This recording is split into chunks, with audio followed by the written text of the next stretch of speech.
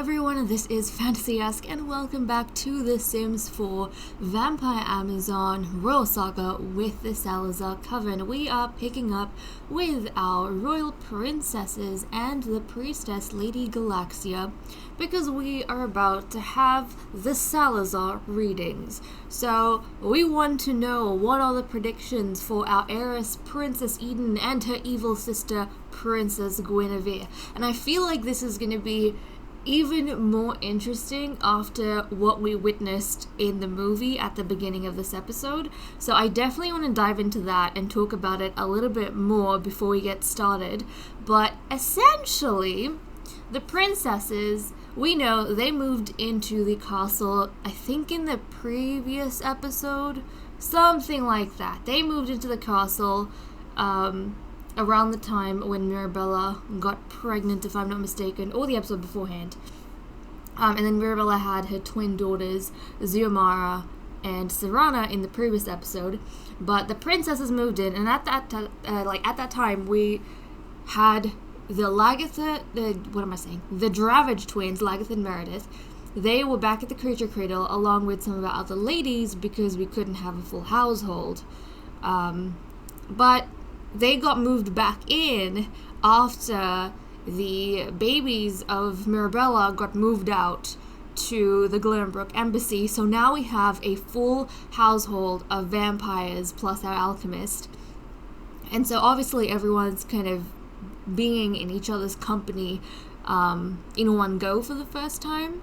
And they might have, certain impressions of each other. Basically, ever since the princesses have turned into children, this is the first time the Dravage twins have been in the same vicinity as them, in the same household as them. And because they're royals, obviously the Dravage twins would be excited. I think more so Meredith. She is, a proper sim, so she loves court life, I imagine, and she loves the formality of things and occasion and pomp and show. She likes that. And she lives for it. So I feel as though the princesses for her is an embodiment of everything she loves, and so she's very fascinated by them, and obviously she wants to befriend them. So she was super excited. She finds them absolutely beautiful, and she was, sharing that with her sister Lagatha, who I feel is the more calm one out of the two and more perceptive. And, I feel like Lagatha was agreeing to an extent. And Meredith really wanted to become friends with the princesses. Now, while they were discussing this, Guinevere, our evil Princess Guinevere, overheard them talking outside their chambers. And then she went inside. And she essentially expressed her opinion of them, which was that they're sewer rats who are just trying to climb up the social ladder. They're exactly like their father, who did know better. He did know his place, and in the end he ended up getting kicked out and exiled. And they have tainted blood and such, so there's something wrong with them. That's why they can't control themselves and their ambitions.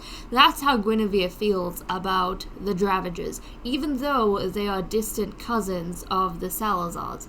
So yeah, she kind of destroyed Meredith's, hopes of becoming friends with the princesses and her excitement, I think. But, and I feel like as a result, Meredith is now going to be, scared of the princesses. I feel like she's going to be very wary of them. But I think Lagatha is a bit different. Obviously, they are now aware of how Guinevere feels, but I don't think Lagatha is going to be quick to throw Princess Eden, the heiress, in the same boat as her sister, because Guinevere has spoken to them. She has not spoken to them on behalf of Eden, and they have never spoken to Eden themselves. So I don't think Lagatha is going to be quick to judge Eden before they interact with each other. But I'm curious, because obviously we know that with Guinevere and Eden, they grew up with Ciri, the mother of the Dravages, right? So obviously she's going to be teaching them the same values that she taught her own daughters. However, with Guinevere, her being evil and all, I don't think any of that registered. And time will tell if Eden was influenced by Ciri in the end, or if she was influenced more by her twin sister. So, okay guys, now that we have kind of gotten that under our belt, I think we can dive into, actually, can we really? Maybe. We have one mooseberry, so we shall eat our mooseberry, and then we shall dive into the readings for our princesses. And I know some of you have been saying that you can see Guinevere being really ambitious and wanting the throne, desiring the throne, being jealous of Eden because she wasn't born first, she was born late by a few minutes probably. And then Eden, the heiress, you guys are saying you can see her as someone who maybe doesn't want the throne nearly as much. She accepts her role and is at peace with the role, but that doesn't mean she's living for the fact that she's going to be the next queen, whereas Guinevere might be. So, are they going to be rivals? Our first proper Salazar rivals who may end up killing each other? We don't know, but these predictions are definitely gonna bring light to some of those things that we are thinking about regarding the princesses. So let's have our priestess, there we go, be all inspired, of course, and then let's do Eden's readings. I'm nervous. So the first 3 signs that Galaxia, the first 3 bubbles Galaxia has. We'll consider those and we'll ignore the bubbles that Eden has. And I'm gonna note this down while it's happening so that I don't flippin' forget, and we can hopefully have this show up on the screen. And if I forget to edit it into the episode, like the signs, I will put it in the description. So if I miss it in the episode, just check the description box of this video. I'll have the signs written there. But okay, let's see. What signs are we getting? What signs are we getting? Money? A wealth? I'm gonna say wealth. Or should we stick to money? I'll just go with wealth. So we have wealth for Eden as the first sign. Okay. That's interesting. I mean, that could be a lot of things. Wealth could be a lot of things. Okay, we've got coffee.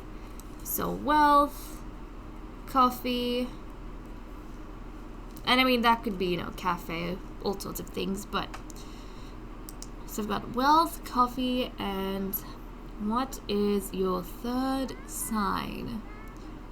What is your third sign? Oh, snow. Okay, so Eden's signs are wealth, coffee, and snow. That's interesting. Because she's adventurous. So I suppose we could, like, at least for now, the only things we can really project might be on the adventurous side for her. But I feel like it kind of fits her personality. There's nothing I see that's giving me danger vibes at this point in time. Nothing's giving me danger vibes, of course. But there we go. Those are the signs we have for our princess. So just a quick recap for Princess Eden. The signs are wealth, coffee, and snow. So you guys can leave your predictions for what those signs mean down in the comments below, and I will add them to my Google document so that I can use them to make the stories for this lovely sim in the next generation. Okay, so we have Princess Eden's signs done. She's not the danger one. Really, the one I'm worried about is Princess Guinevere. So Eden, let's bring you down here. And then we'll send Guinevere up. Okay. I'm most concerned about Guinevere. Like, really. Okay, you can watch what's happening. And since we have, you know, sets of twins, I kind of like them. Usually I get them to do the readings on their own, but I kind of like them to be there for each other's readings. Okay, we might have to wait just a little bit. Because it takes a while for her to bring back the... Oh, what's happening? What's happening? Is it really that cold? No, don't run inside, you silly goose legs. Don't run inside. It must be, like, really cold for them to be running in. Come back, this is important, kiddos. Come back. Please come back. Turn around. You must not leave. Maybe Guinevere's anxious. Guinevere feels like all our secrets are gonna be out. I don't know Guinevere. See, here's the thing. She's evil, but would Guinevere know that she's evil? Or would she just feel as though she's being like a normal vampire is? And she has these tendencies which, you know, to others might seem unkind, but to her feels like it's in the right place. Okay. Can we get going now? No? Okay, I need you guys to just stay out a little bit longer. What's this? Squall of Wonders from a thunder snowstorm. Ooh, thunder and snowstorm. And snow and a storm together. Really? It's thunder snowstorming? Well, that's fascinating. Okay, yep, there we go. We can get started on Guinevere's readings now. So let's take a look, guys. I'm anxious. Because, you know, she's evil, so we have to look at her readings from that perspective. Okay. Here we go. Please don't run away, Galaxia. Oh, dragon. Dragon. So, dragon is her first sign. Okay, I mean, she's descended from the dragon. No, she's not. She's not. I lie. Psh. She is not descended from the dragons. The Dravagers and the dragons are descended from the dragons. But that's interesting, because she will have distant cousins named the dragons. I wonder if it has something to do with them. But interesting. So dragon is a first sign. What is her second sign? What is the princess's second sign? Come on, Galaxia. I'm ignoring Guinevere. Let's see. What do we have? Give us something. She must be a difficult child to read, I tell you. I feel like things went quicker for Eden. Wait. Darn it! Ugh, I can't even tell which one that is. That is one of the twins. But who is it? Because I can't really see. I think it's Guinevere. I can't tell if the circlet is silver, if it's gold, but like in the middle there, I see a bit of white in the shirt maybe. Like right now she's got a white shirt on, and her sister has like a beige shirt, so I'm assuming that's her. Okay, Guinevere. So dragon, Guinevere.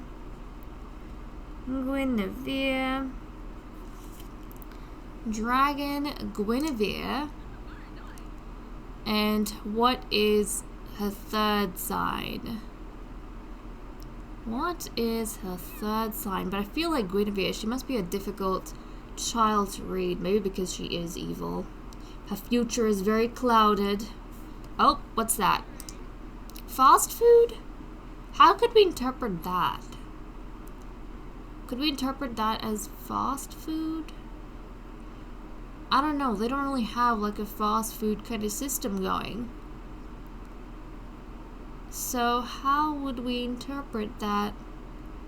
You know what? We'll stick to fast food, but maybe not in the way that we know. Yeah, I'll stick with fast food, but it might like we might look at it like the two words separately. So not the kind of fast food we know in the modern world, but literally fast and then food. So maybe she like a different method of acquiring a different kind of food or something like that, or a quick method of acquiring food. Like for example, I could interpret that as her establishing or figuring out a quick way to gain easy access to plasma. Something like that. So I'll keep it at fast food. So fast food. And then you guys can interpret that any way you want and be very creative with it. But okay, she looks mad. She looks mad. But let's take a look at the signs for... Look at her! Look at that mad face she's making. Look at this mad face she's got on. She's so judgy. She is so judgy. Why are you cheesed off? Are you she's being mean to everyone. Look at her. She's just so mean. Okay, anyways, that aside, the signs for Princess Guinevere are dragon, Guinevere, and fast food. So, again, guys, leave your predictions for these signs down in the comments below, and I'll add them to my Google document and use them when I'm making the stories for these characters in the next generation. Okay, there we go. she is now insulting and harassing the priestess because she wasn't satisfied with her signs or whatever the hell her reason is. But look, her sister was like so respectful during the whole thing. You know, she got her signs from the priestess and she moved aside and she was happy. Guinevere is being an absolute ass. She's being fussy. She's not happy. You know what? You know what it is? I reckon if you guys do believe that Guinevere is vying for the throne, and you know she wants to be heiress, next queen, maybe she's upset because she didn't get any signs that validated like what she wanted. It's like there wasn't any sign, like a crown or you know, the queen, like Aphrodite or anything like that. There wasn't any signs for that. So maybe she's annoyed and she's insulting the priestess because she thinks the priestess didn't read the signs properly, because nothing about royalty came up, like nothing about the throne or the crown came up or succession, and she's not happy about that. That's what I'm guessing. But Galaxia, you know, is obviously going to be the bigger person, hopefully. For how long, who knows? But okay, let's get these ladies inside, and we have a few things we need done. Like, both the princesses, they want to befriend Mirabella for some reason. They're just fascinated by the flippin' alchemist, so they want to go ahead and befriend her. Meredith wants to become friends with Eden. Okay, so Meredith has not lost hope in befriending Eden. Probably, you know what, I feel like she would be scared of both the princesses still, but I think her sister Lactha, who always gives the advice, would tell her that don't cast Eden in the same light, because we haven't spoken to her, she might be different. So Meredith still has hope to become friends with Eden. Is there anything else safe? The queen wants to become friends with Mirabella. Okay, so we have friendships with Eden and Mirabella that need to be done. I don't know what Mirabella's been doing to everyone, but, like, she is on their minds. She is just on everyone's minds. Okay, Princess Guinevere is talking to Mirabella, and I feel as though part of this is maybe because she recognizes the evil. Like, I feel like a certain intelligence that's associated with evil Sims that they recognize in each other. So I feel as though when Guinevere looks at Mirabella, she sees that something different, that's something special in Mirabella's eyes that connects with her. And so I think that's why she's wanting to befriend Mirabella. And I can kind of see in the future, like, Mirabella, she's obviously wanting to connect with a lot of Sims for her own ambition. I think she's friends with... Yeah, she is friends with Meredith, like we said, because she feels as though Meredith is the easier sister to manipulate out of the Dravage twins.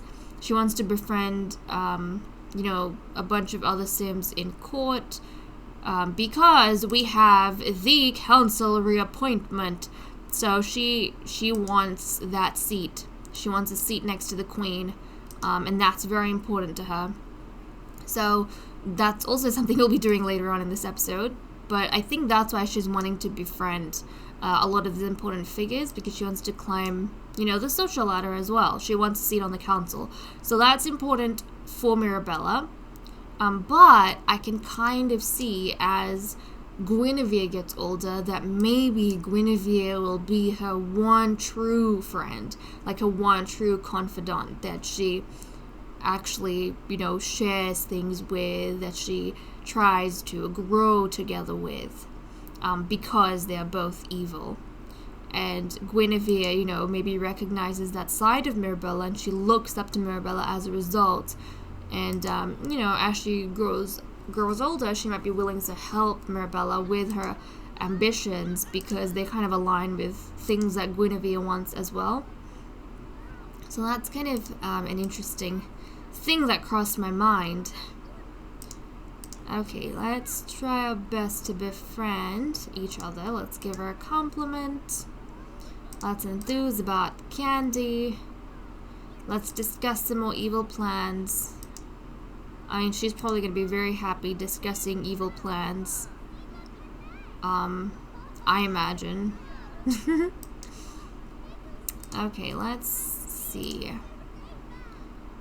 And then let's talk about the current weather. It is very cold. It is snowing like crazy. Let's talk about the academy. Either what it's teaching you or how it's falling short of your expectations. Tell a goofy story. Let's see. What else? Ask about Day. Because I think she'd be very interested in everything Mirabella does.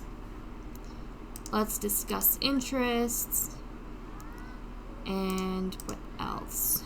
We'll get to know her a bit. Yeah, and who knows? I don't know if Mirabella would help bridge the gap between Meredith and Guinevere. Okay, they're friends. Nice. Excellent. Okay, they are friends. Good.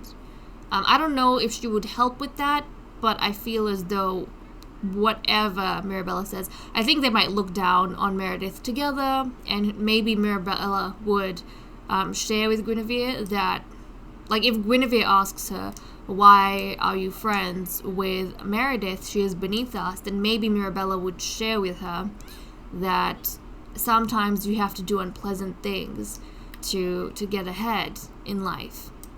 And Meredith is one of those unpleasant things. And that would probably bring Guinevere and Mirabella closer together, in my opinion. Okay, Eden. Eden also wants to befriend...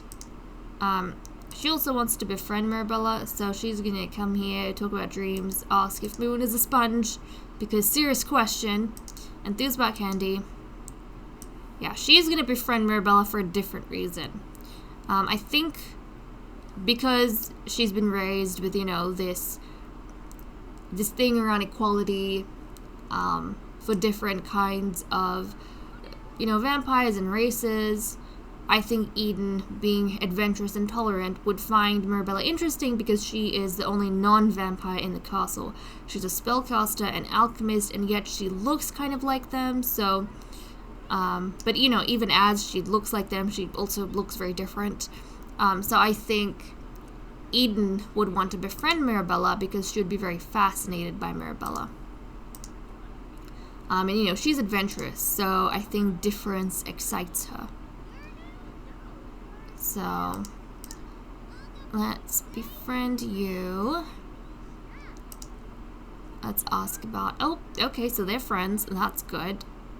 Now, what else do we have? Meredith wants to befriend Eden. So, Meredith, you need to start... I mean, you guys could play chess together if you wanted to. Maybe that would help you get closer if you play chess together. And then you could speak while you're playing chess. I think that works out well. So she's going to invite Princess Eden to a game of chess. There we go. I think maybe she'd be a bit nervous to talk to Princess Eden, so she'll invite her to a game of chess, and Princess Eden has accepted. So while they play chess, she's going to try her best to brave up a little bit and speak to the princess. So let's brighten her day. Let's ask if the moon is a sponge. Let's enthuse about Candy. Let's ask for typing tips, because apparently Eden's good at that. Ask about Day. Here comes Guinevere, and no doubt Meredith would be very nervous by now. Let's talk about our dreams. Let's discuss interests.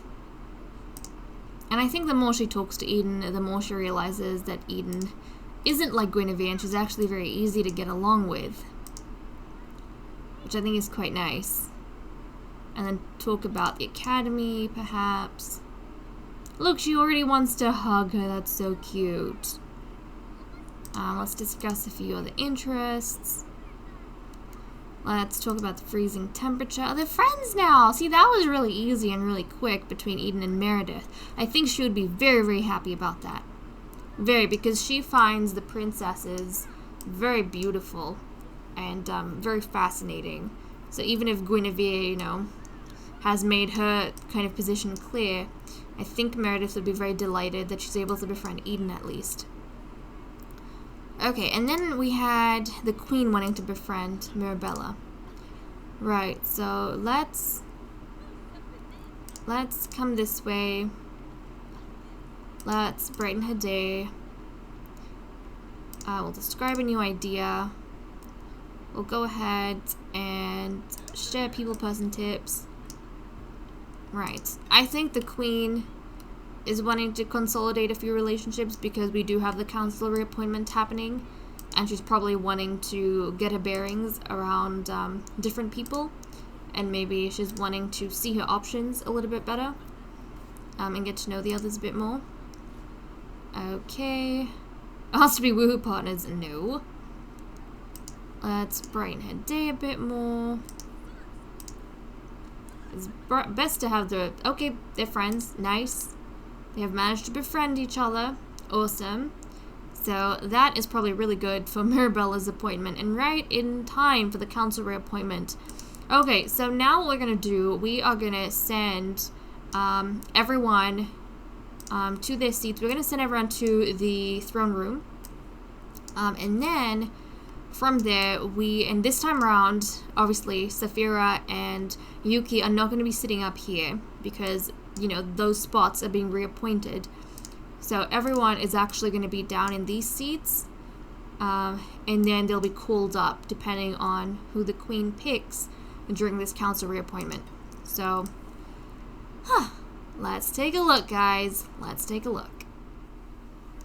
Okay, everyone's in the throne room, waiting anxiously to see who is going to make up the Queen's Council for the next season. Obviously, we know previously, since the beginning of the Queen's reign, we had Saphira, who was chosen first for our council, the Queen's kind of first advisor / counselor, her right hand, if you will, and then Yuki was chosen as her left hand, of course. So this is gonna be interesting to see if they keep their positions or if it changes. And obviously, you know, they would prefer, I think, to keep it. That would be the goal. You want to try to maintain your relationship with the Queen to make sure that you keep your spots. But we're gonna open up the relationship panel, guys, and we are going to see what is to be done. So, let's take a look. We're going to go to Friends for Queen Aphrodite. And we have 4 options. We've got Mirabella, Saphira, Yuki, and Galaxia. Now, if you look at the panel, it's pretty obvious who the 2 choices are going to be. Mirabella doesn't have a high enough relationship. Saphira was one of the counselors before, but as you can see, her relationship has dropped a bit with the Queen, whereas Yuki and Galaxia are maxed out. So it seems as though Yuki is keeping her position and Galaxia is replacing her sister. So I think the Queen is going to call over her right hand and her first counselor, and she's going to name the priestess, Lady Galaxia, as her first counselor and right hand. So Galaxia is going to be invited to take her seat by the Queen's side. So there we go, there we go. And then, of course, the Queen is going to invite up Lady Yuki, the scholar, as her left hand and second counselor. So Yuki is going to resume her position that she had.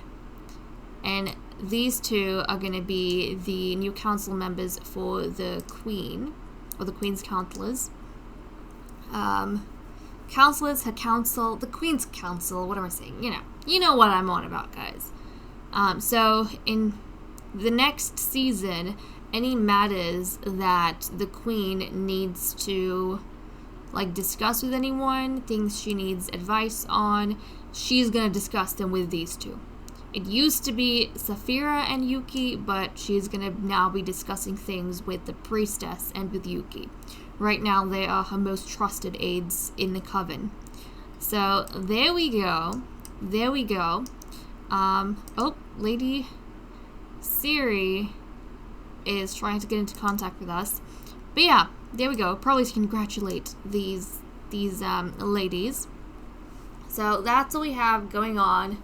I find it very interesting. I'm happy for Yuki, because, you know, we all know she did not get to have any children, and a bunch of us were quite upset about that, but that's kind of the way things have turned out, and I did feel bad for her in that regard, but I feel better knowing that even though she hasn't been able to procreate and extend her line, she's doing really well on her own. She's, you know, that's not affecting her position in court. She's doing really well as a scholar, being the queen's left hand, and I'm happy for her. She has, you know, the status in the coven, which I think she deserves, and she's working very hard to maintain, so I'm very happy with her in that regard. And then Galaxia. I'm happy that Galaxia has managed to climb up the ranks, because honestly, in the beginning, I feel like she was struggling just a little bit. Like, remember the queen liked everyone's gifts, I think, during the Stone Jubilation, except for Galaxia's, and then, like, for some reason, oh yeah, that's right, so there was that, and then because everyone wanted Yuki to have a baby and not Galaxia, people weren't as excited when Galaxia had her daughters. I feel like some of us may have been upset by that because it meant that Yuki couldn't breed, because, you know, Galaxia's daughters filled up the slots, so we had that going on, and I feel like her whole success as a female vampire was downplayed a lot because we had expectations from others. But I'm happy that she has managed to repair her relationship with the queen since the Throne Jubilation. She's finally getting recognized for the daughters that she has, the fact that she's continued the dragon line. The queen's probably really happy with, like, the readings that Galaxia has been doing, that she's been carrying out her priestess duties very well, especially because we've had an influx of kids move in. So I think all of that has played a part in her getting a seat on the Queen's Council. So there we go. I'm quite happy with that, guys. But what do you mean Guinevere is very hungry? Guinevere, how are you hungry? Okay, she's very hungry. See, look, everything's like glitched out here. Very odd. Guinevere could die from starvation. They say they're gonna take the kids away, but, you know, taking away, I think in our game is safe to say that it means they'll die. But yeah, that's what we have going on. So let me know how you guys feel about the council reappointment. I wonder how Saphira is feeling now that her sister is on the council. They always have a really good relationship, though, so I actually don't think... And she's really close with Yuki, so I think Saphira would be actually happy. I mean, she's angry because of the children, but I think she would be... Look, she's living well! Oh, that's so cute. But I think that she would be happy for her sister, for being recognized and for getting a seat on the Queen's Council, and I think she'd be very happy for her cousin Yuki as well, because she adores both of them, so I don't think Saphira would have any jealousy towards those members or be upset that Galaxia is replacing her. If it was Mirabella, who knows? She's not close with Mirabella, so maybe she wouldn't have liked that so much, but because she absolutely loves her twin sister Galaxia, I don't think she's going to have a problem that Galaxia is on the council. And at least now, you know, for the next season, she can get a bit of a break. Yeah, so the second half of winter and the first half of spring, she can get a break, and Galaxia can deal with the queen and the queen's matters. But there we go. I suppose we need to feed the children before even more threaten us with starvation and being taken away. So I'll see you guys in a bit. It's pretty late, but Lady Saphira wanted to invite over Beau Salizar, because she has been, as we've seen recently, connecting with the soldiers serving under her and, you know, maintaining a good relationship with them. So she just invited Beau to the castle And I think the Queen's been doing a little bit of this as well. I feel as though they're very curious about, you know, certain soldiers and probably wanting to check in on them to make sure that the general feeling about serving these vampires is positive. Like in previous generations, I think the court and queen have been quite disconnected from the soldiers, and that has led to some problems, because if there's an issue, it festers and it, you know, builds into a rebellion, so they don't want that. So I feel as a result, they're going to be trying to actively, you know, check in with these soldiers quite a bit. And look at how cool Bo looks with his pink hair, and he is, if I'm not mistaken, one of Aphrodite's many brothers, and he has a twin as well with black hair and purple eyes. Where is he? Where is Ronald? There we go. I'm pretty sure his twin is Ronald. We can actually check, I think, if we go to, if we go here, yes, so his twin is Ronald. There we go. Very cool. And one of you lovelies were actually saying, you know, you are just so excited about breeding the male offspring because they all look so cool, and I absolutely agree. I mean, look at this.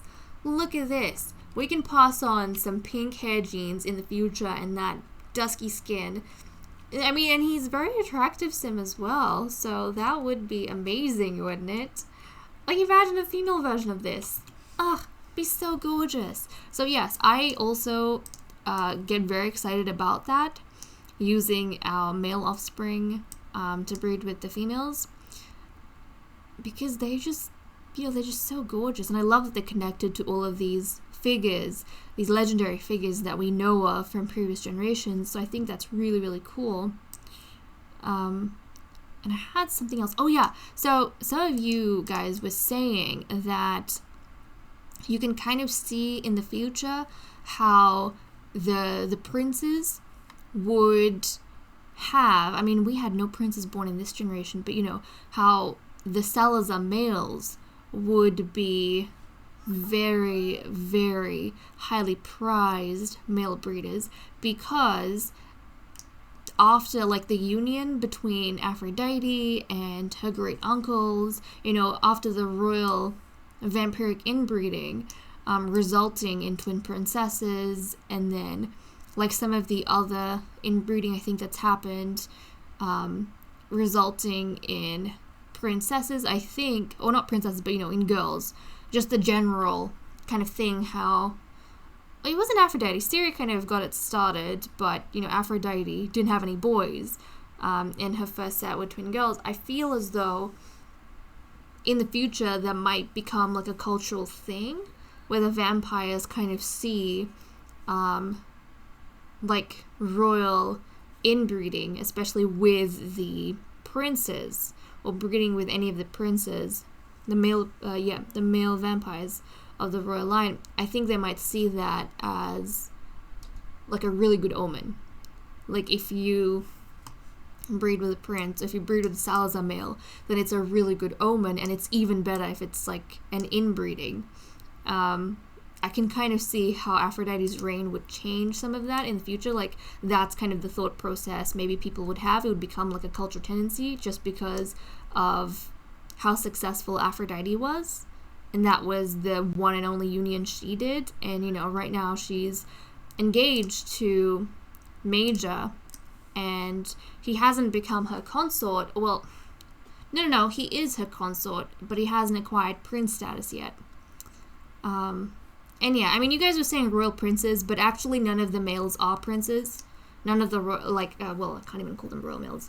None of the Salizar males, I should say, are princes. I've talked about it in the past, but the title and the status only passes to the females. All males born, regardless of whether they are born to the queen or if they're born to a noble lady, they're all commoners, right? They're all commoners, and actually soldiers. They all end up in the military. The only time that changes is if they become consorts. So the way it works is that if we can use someone as an example.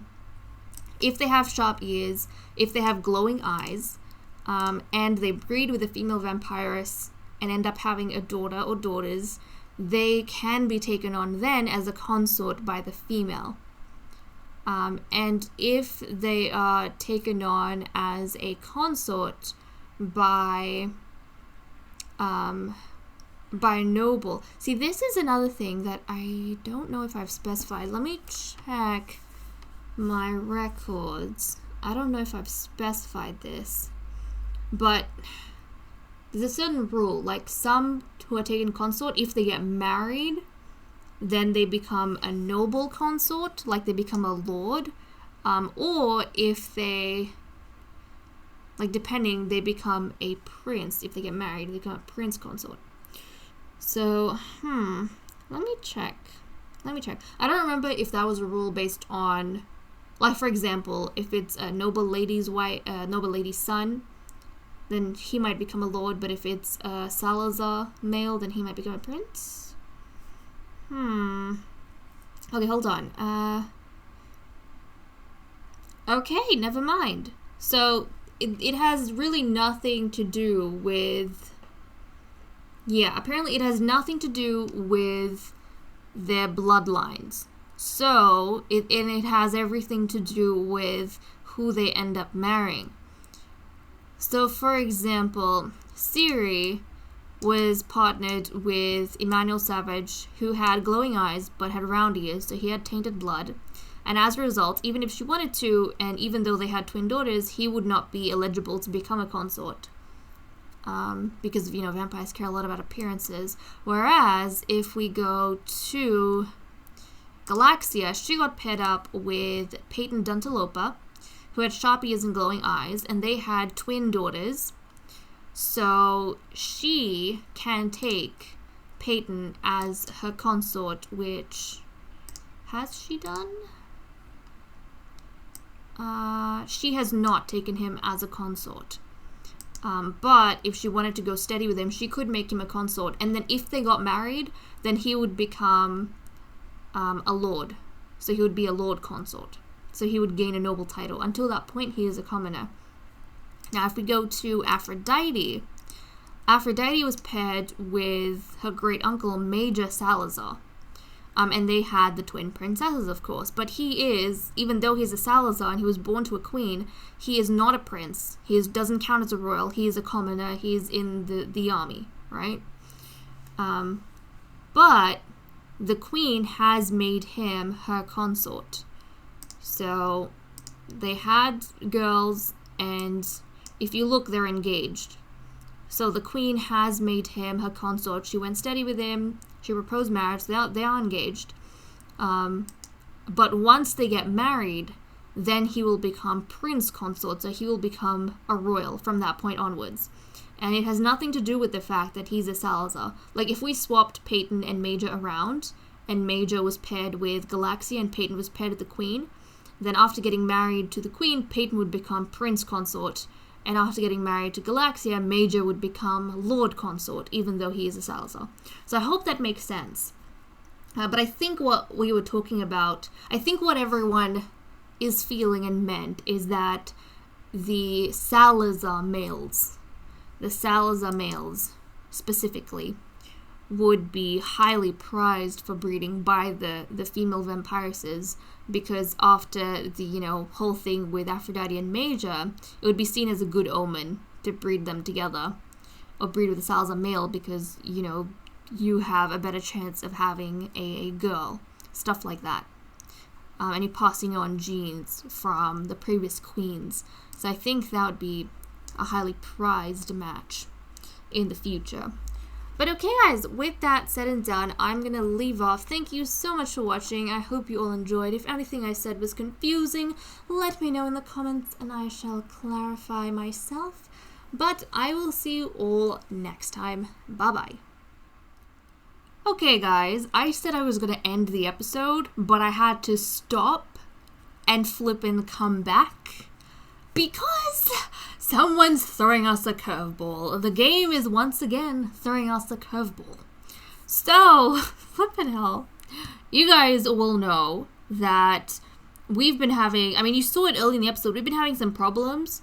I don't know if it's the update or what, but for example, when their needs are going down, like sometimes when their needs are up, then they're like yellow even though they should be in the green, and then sometimes their needs are still in the green even though they're like too far down, and it should be a problem that we're getting, alerted about, but we don't. And typically I leave the Sims with autonomy on so they can tend to their own needs and do stuff while I'm hopping around between everyone, but sometimes I like to turn autonomy off for certain story points. And in those moments, I check to make sure everyone's needs are in the green before I do that, so no one croaks on me by accident.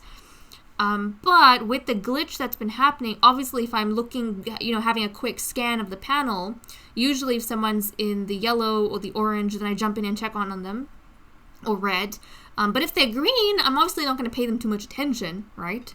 So I was just sending everyone up here to grab a drink from these potions because their thirst needs were going down. So I thought, let's just get them to have a drink. And normally I wait until it gets in the yellow before I tend to certain needs. And then I was sending Mirabella up as well. I thought, okay, let's wake Mirabella up, get her to drink a potion. Her hunger seems pretty low, and her hygiene and fun and bladder, and then she can do some other magical stuff.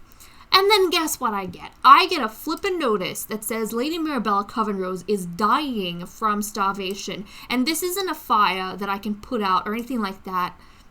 I can't actually save her unless I reload the game. And you guys know that I don't like reloading the game. I will try and save my Sims if I am able to every single time, but if I can't within that save, if I can't in the current time I'm playing, then I will not reload the game. So she's dying of starvation, and she hasn't even been with us that long.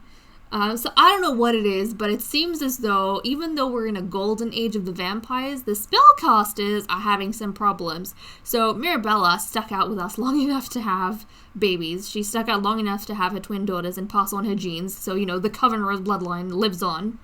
But it seems as though she and her evil machinations are not going to be staying with us any longer. Now, I'm trying to think of a story point of view why this may have happened. And we all know how Mirabella likes breaking boundaries and seeking magical knowledge that traditionally the alchemists wouldn't until they were ready up till a certain point in the magical education. Then they would go and seek that knowledge, but she doesn't care about that. She's been doing it ever since she was a teen and an apprentice.